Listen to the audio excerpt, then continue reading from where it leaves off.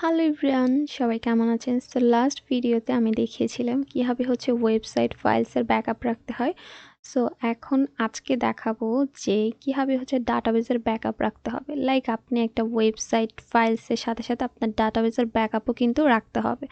Otherwise কিন্তু আপনার website কোনোভাবেই কাজ করবে না। ওকে, সো সেই জন্য আমাদের ডাটাবেসের ইউজার অ্যান্ড পাসওয়ার্ডটা আগে দেখে নিতে হবে। আমি এখানে ক্লিক করছি। এরপরে আমি wp-config.php তে ক্লিক করছি।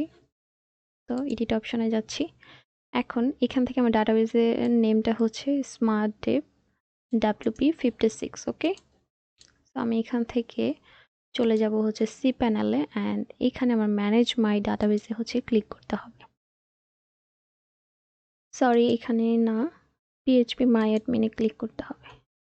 ওকে, সো ডাটাবেসের নেমটা ছিল স্মার্টডেভ wp56। ওকে, সো আমি এখানে জাস্ট ক্লিক করব।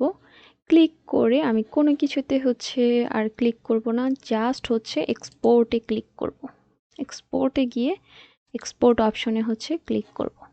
সো ডাটাবেসের ব্যাকআপটা নেওয়া কিন্তু হয়ে গেছে অ্যান্ড এটা ডাউনলোড করাও হয়ে গেছে। সো নেক্সট ভিডিওতে আমি দেখাবো কীভাবে একটা ওয়েবসাইটের ব্যাকআপ নতুন আরেকটা ওয়েবসাইটে তোলা যায় বা একটা ওয়েবসাইট কীভাবে মাইগ্রেট করা যায়। ওকে, সো দেখা হবে নেক্সট ভিডিওতে। Thanks for watching my video. Okay, by.